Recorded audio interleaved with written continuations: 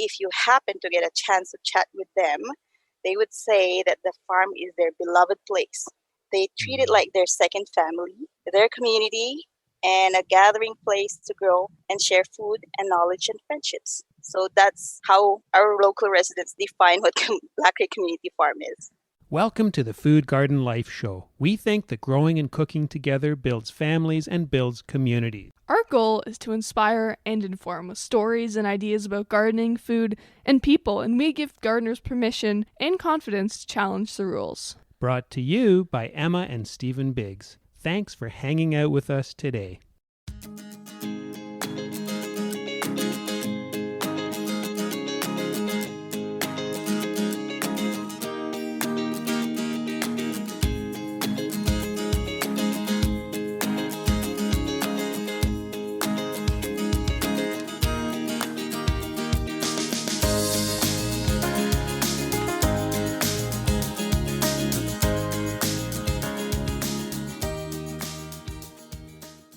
Hey everyone, I'm Emma Biggs, and thank you for hanging out with us today on the Food Garden Life Show. I'm a Gen Z gardener, author, speaker, and blogger, and my passion is growing tomatoes, trying new and unusual crops, and saving seeds. I'm also the author of the kids' gardening book, Gardening with Emma, and my co-host here on the show is my dad, Stephen. Hey everyone, I'm Stephen Biggs, food gardening guy, horticulturist, author, and horticultural journalist. Today on the podcast, we head to the Black Creek Community Farm here in Toronto. It's located along the northern boundary of the city of Toronto in a densely populated neighbourhood where Toronto meets one of its northern suburbs. The farm is within walking distance of the Jane and Finch neighbourhood, and if you're from Toronto, you'll know Jane and Finch, at least by name, from the negative media attention it gets. The good things going on in the area get less media attention, so it might be a surprise for some people to connect Jane and Finch with urban farming, with growing food, with growing community through food. Today we'll hear about inspiring programs that are focused on growing community, on growing food, and also on giving an understanding of the food system and food skills. You can find out more about Black Creek Community Farm online at blackcreekfarm.ca. A shout out today to Faith, who's in Reno, and Faith says, please keep up the amazing work. Your podcast is a joy to listen to. Thank you, Faith. That means a lot to us. A shout out to Monique, who checked in about our episode on growing fruit, which featured Christy Wilhelmi. And a thanks to Charlie, who sent in a note about the picture of medlar flowers that I posted on social media. A hello to our listeners on Reality Radio 101, and whether you're listening to the podcast or through Reality Radio 101, we'd love to hear your thoughts, so drop us a line through foodgardenlife.com. Do you have show ideas, questions, or feedback? We want to hear what you think, so tell us. If you drop by foodgardenlife.com, you can email us, or you can find us on Facebook, Twitter, and Instagram, where we hang out under the handle Food Garden Life. And you can also find me on Instagram as EmmaBiggs_grows, and you can also find me on my website, emmabiggs.ca. Now, here is our chat with Mildred Agsawe and Ajawa Carey from Black Creek Community Farm. Mildred is the Urban Harvest Program Coordinator, and Ajawa works with school programs and kids. Mildred and Ajawa, welcome to the Food Garden Life Show. Thank you. Thank you, our pleasure. We're so happy to have you here because the Black Creek Community Farm is in our neck of the woods here in North York, and we're really excited to talk about it on the show. I wonder, maybe we'll start with Mildred. And Mildred, if you could maybe give our listeners a little bit of an overview, what is Black Creek Community Farm? Black Creek Community Farm is a hub. It's an urban agricultural center that engages, educates, and empowers diverse communities through sustainable food. And the farm sits on an 8-acre property that includes approximately 3 acres of farmland, a heritage farmhouse and a barn, 2 greenhouses, a pavilion where we host community events, and a surrounding forest that extends down into the Black Creek ravine. And because we are next to the creek, the property is rich in plant and animal life. There is a Mm. snapping turtle that comes almost every year to lay its eggs. Wild turkeys come to eat crab apples in the fall. We have hawks, coyotes, ferrets, and lots of deers. And we also have a food forest. And in the food forest, you can find tall trees, native plants, and fruit trees like apples, pears, and peaches. And we are also trying to grow papaw tree, which is the only subtropical fruit tree that is native to southern Ontario. And we apply permaculture principles in the management of the food forest. So in the fall, we host residents to forage apples and turn them into cider or apple jam. That's a big chunk of land for an urban farm. Pretty special resource, 8 acres. It is. But out of that, the arable part is 3 acres, which is the big portion is devoted to our community supported agriculture. And a portion of it is shared with the African Food Basket, where they grow culturally appropriate food for Black folks. And a small portion is devoted to community plots, where people who live in high-rise buildings and who are Black, Indigenous, and people of color who don't have access to a backyard can apply and be able to garden, have this plot, and grow their own. Yeah. Okay. You have a lot going on there. That sounds pretty awesome. And we're excited to talk about all of that today. I know I heard greenhouse, and on my eyes, I was so excited because I've been bugging Dad about getting a greenhouse for a while. Yes. Actually, there are other infrastructure in the farm, which I can tell you more. We have an apiary, which is managed in partnership with the Toronto Beekeepers Collective. We have a medicine wheel garden and pollinator garden attended by our Indigenous staff. There's a chicken coop. This chicken coop is such a delight to kids who come for field trips. We have an outdoor brick pizza oven where we serve in-house pizza and farm fresh salad to kids on field trips, or when we host community events, or when we serve it to corporate team buildings when they request for like lunch. Every season, the farm displays its own charm, but the best time to come and visit, if you're planning to, is during the summer and fall season when it is at the peak of the growing season, and you can meet local residents, either tending to their community plot or volunteers helping out in weeding or harvesting their crops. And if you happen to get a chance to chat with them, they would say that the farm is their beloved place. They treat it like their second family, their community, and a gathering place to grow and share food and knowledge and friendships. So that's how our local residents define what Black Creek Community Farm is. Well, Wow. it sounds like a pretty awesome place, and there's so many amazing things happening there. I wanted to ask about the medicine wheel.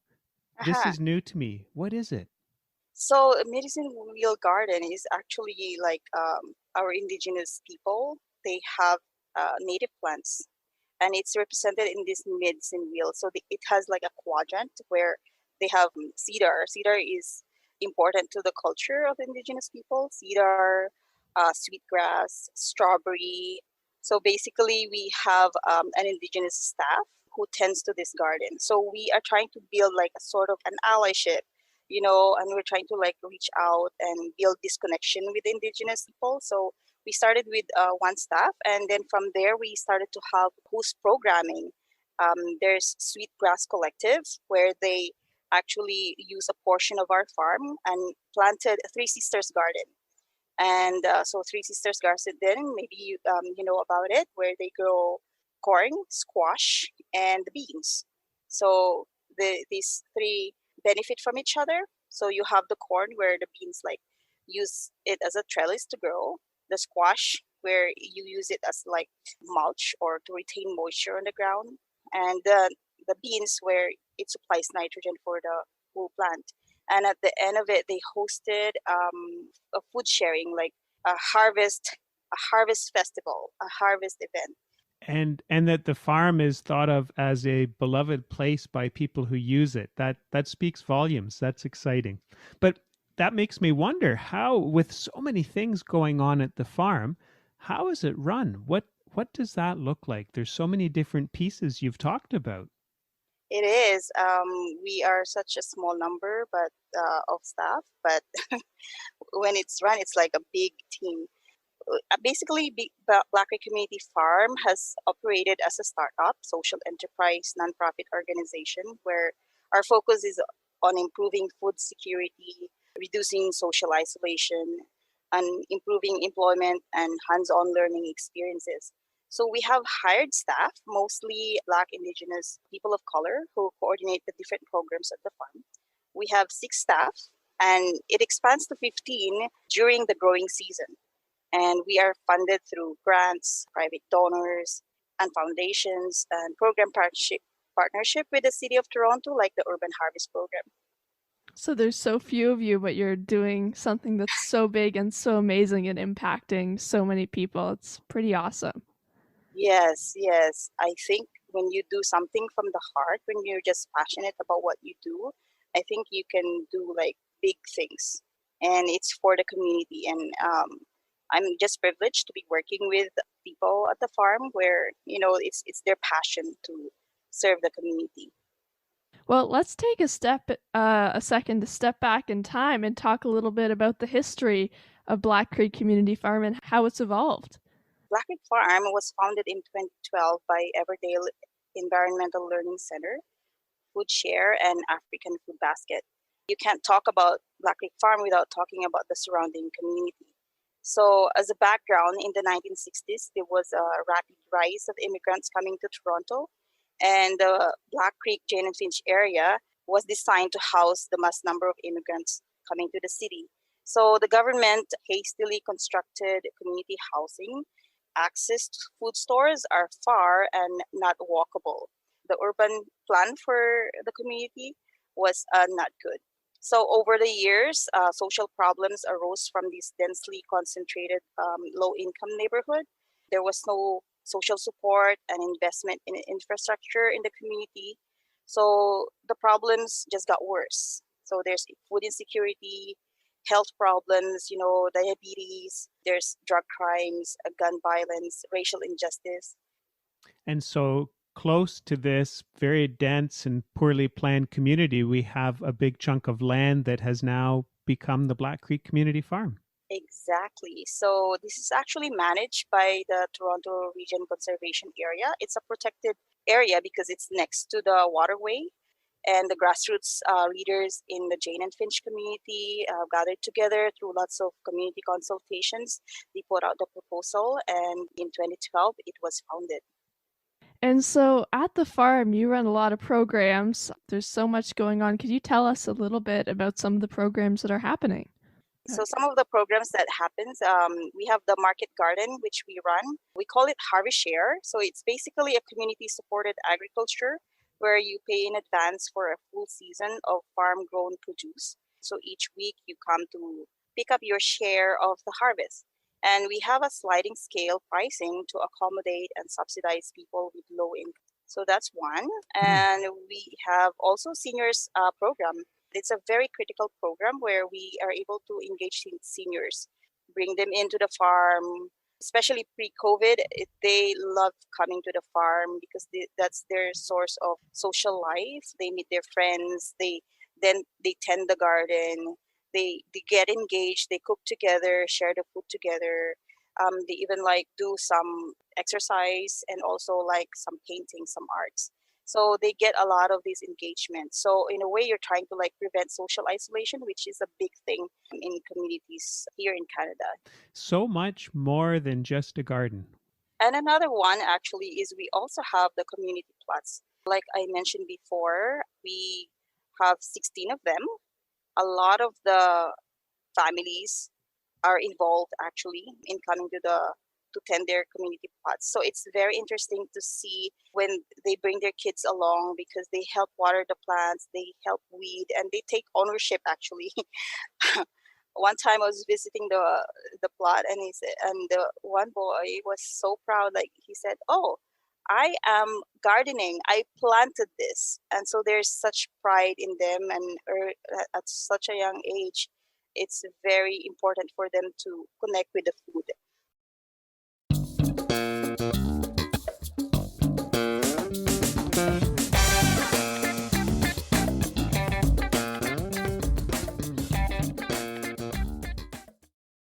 Adjoa, I know that there's a farm school program, and maybe you can tell us more about that.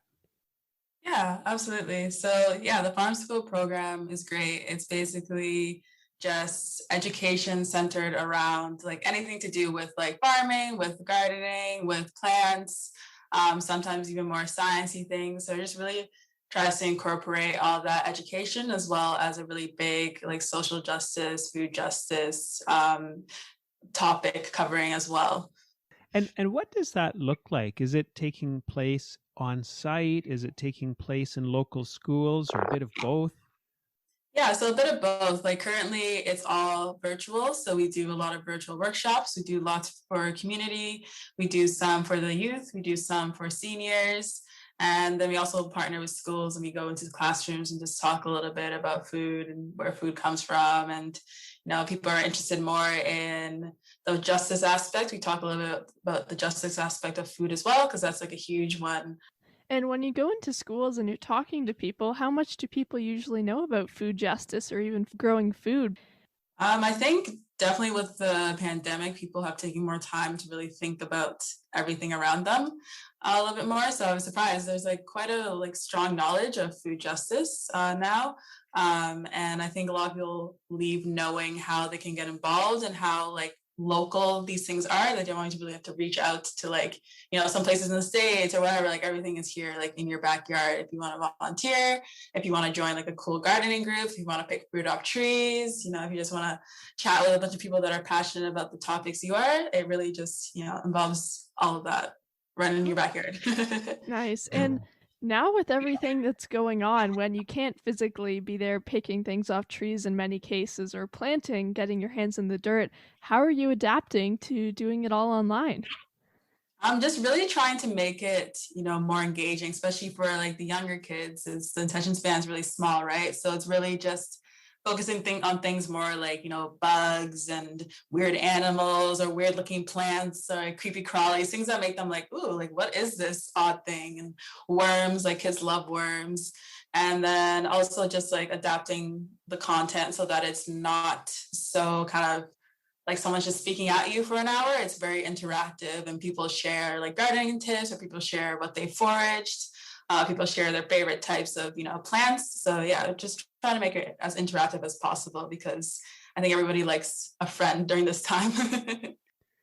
So we've talked about moving it online and keeping it engaging for kids at this time when everybody's schooling from home. And I guess once we get back to the on-site training, when kids can actually come back, and we're smiling as we say that, we want to get the kids back in the mud. What kind of things do you hope to be doing maybe later this summer as those kids come back? Definitely just a lot of like the workshops that we did in person, just kind of bringing them on site so they can kind of apply what they've learned and hopefully they still remember. So yeah, a lot of like hands-on, like, we have like a sensory garden so they can, touch and feel, they can like run around, they can kind of like go for a foraging walk and see if they can pick out the edible leaves. And I also want to incorporate a more like science aspects. I like kind of the more experimental stuff, kind of collecting samples and then, feeding slime molds or fungi and things like that. So I really just want to make a mesh of both worlds. I'm wondering if there's any kids that stand out in your memory who came to the program with no idea about growing and who've really been excited about it or just gotten right into it. There was a couple, I did a little workshop on kids on worms. And a lot of kids started off thinking worms were just, icky and, gross, and they would just chop them in half. But then they left it like, oh, worms are actually pretty cool. And like, oh, I want to ask my mom to build like a vermicompost bin in our house. And so it was really cool to see how they were really excited. And just also when I'm like showing them common like weeds that you can actually eat or common plants that are actually really good for you in the environment, they're like, whoa, like that's amazing. I didn't know I could do that. Nice. That's big when kids go home and think about worm composting at home. That's a huge step. Yeah.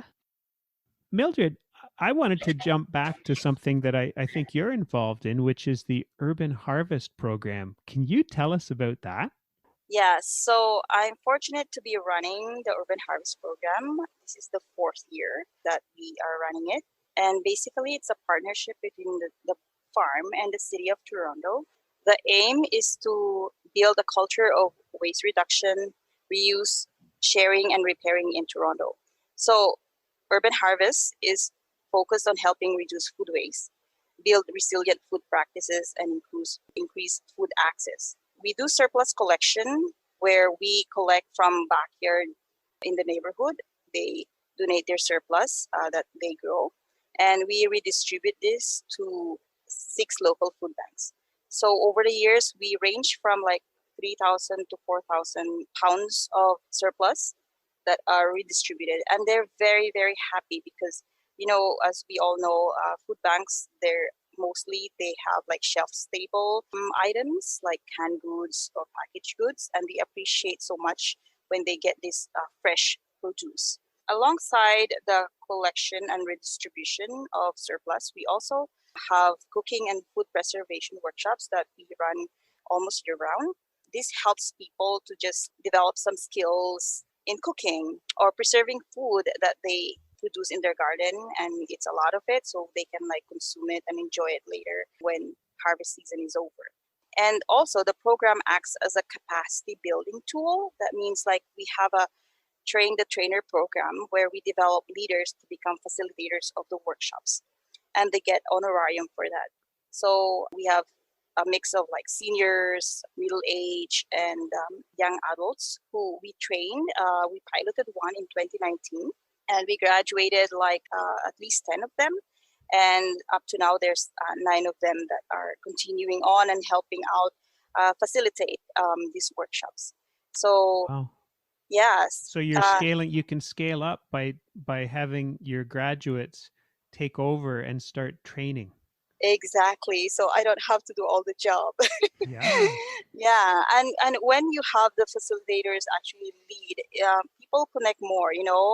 They are rich, in experience and skills. Their skill set is there, and we have to recognize them for that, and we have to give that platform. So basically, we are giving them a platform through this, through the Urban Harvest program, so that they can showcase their skills and knowledge that they've accumulated over the years.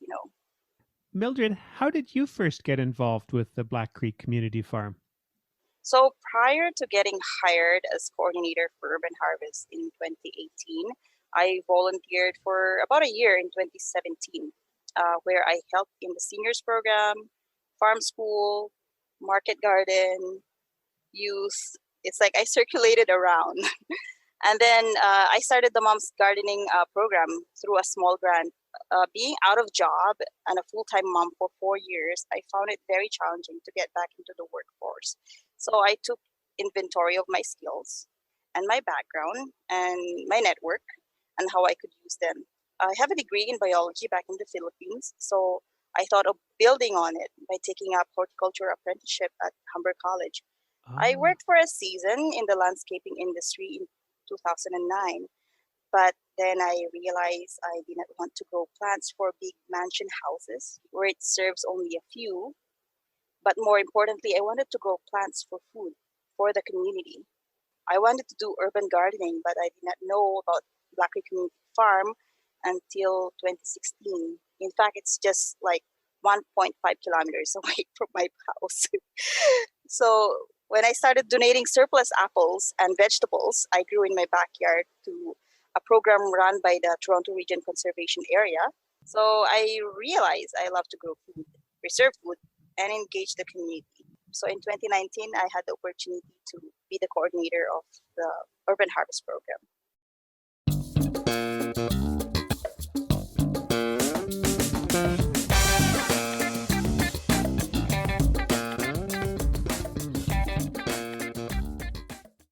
Mildred, could you tell us about the Sunshine Community Garden? Yeah, so we support community gardens in the neighborhood as a way for the farm to engage with the residents. Some of them supply surplus for the Urban Harvest program. So the Toronto Region Conservation Authority did a lot of work in San Romano Way. They retrofitted the old buildings so they are more energy efficient. Alongside this project, they established an apple orchard and a community garden called the Sunshine Garden.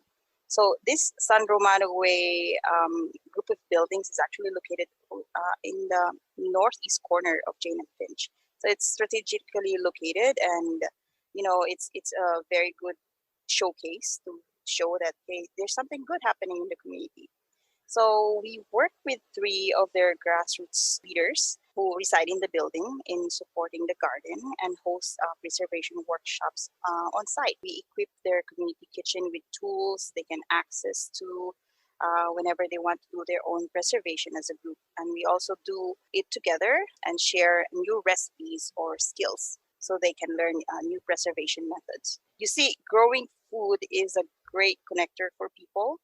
It builds relationships and trust, and for residents living in the Jane and Finch, where residents don't trust the police and the government, gardening is such a great start. Urban farm, like Black Creek Farm, community garden, backyard garden, is just like a basic tool to put control back in the hands of the residents. And by using like urban land to produce fresh, nutritious food, residents who build a garden can make positive impact on themselves, on food security, health, community building, the property values, and neighborhood security. You are like sending a message that you care about the food you put in your body. You want to create a beautiful green space. You look at gardening as a form of physical exercise and support for mental health. And you care about others by engaging them in the process. So, there's a connection between like growing, sharing, preserving food, especially in marginalized neighborhoods. It also helps them take control of their health basically, and improve and help in their finances. And for our listeners who don't know that neighborhood or are trying to visualize it, just to remind them, it's a very densely built neighborhood with high-rise buildings, Right. but green space sometimes in between that doesn't necessarily have something on it until gardens like this Sunshine Community Garden go in, and it really transforms that space, doesn't it? Exactly. So it makes the space, more welcoming. It feels more safe because people go there and come and enjoy it. They chat together. It builds community. It builds friendship. Like we have two of our grassroots leaders who are big gardeners, and that's how they met and built their friendship. So one of them is a chef, and the other one is another senior, but she adores and learns from the chef, and together they function as a team. And Adjoa, what about you? How did you get involved with Black Creek Community Farm? Yeah, absolutely. So I visited the farm about a year ago, and I just kind of like fell in love with the site and just everything that was going on. I was like, wow, this is like really, really amazing. And I had spent the previous year in Australia. So I spent time there farming and growing and really kind of nurturing the love I had for like the earth. And then when I got back to Canada, I was like, all I want to do is really just work with the earth and like teach kids and teach people about the things that I have learned, and also learn from other people, because everything I know I've been taught, right? And learned from other people and learned from the community. So I really wanted to like nurture that part of me as well. And I did my undergrad in computer science actually. So I have like always like just a very like analytical brain. So I was like, I need something that will like always keep me on my toes and like give me like the outlet to be like, okay, I want to teach this, and I want to teach this, and I want to teach this, and then I also want to teach this and do this sciencey thing. So yeah, and then I heard about the job opening, and I was like, this is perfect. And really, I feel really blessed and really lucky to be able to work for such a great organization and really just connect with a lot of people and see what everyone is doing, like especially like you folks. It's like blew my mind. I was like, well, this is like the coolest thing ever. So yeah, it makes me really happy that the earth is such a big place and everyone has their own little part in creating what makes them happy. So yeah, Food and gardening brings so many of us together. Yeah, honestly. I'm just thinking about you going from computer science to teaching kids about worms. What a marvelous transition. Yeah. Ajua is doing amazing farm school program. She taught previous to coming here. She is actually a coding teacher, and so she knows like kids and like teaching. but she has a lot of other skill sets.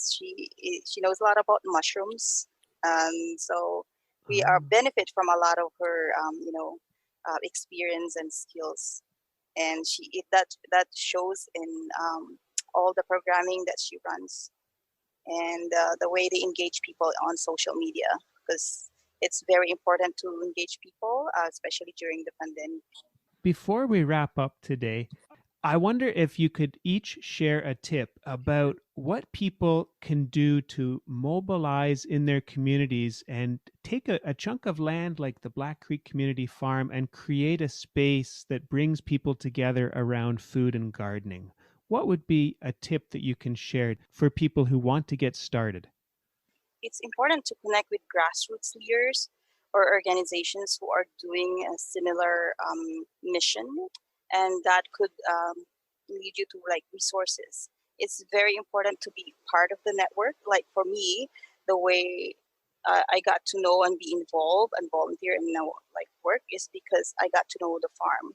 And the way I'm effective also at the farm is because I have a network of moms. When I was a full-time mom, I brought my son to 3 parenting centers. So I was involved in the community. So I would encourage people to get to know their community. What's happening?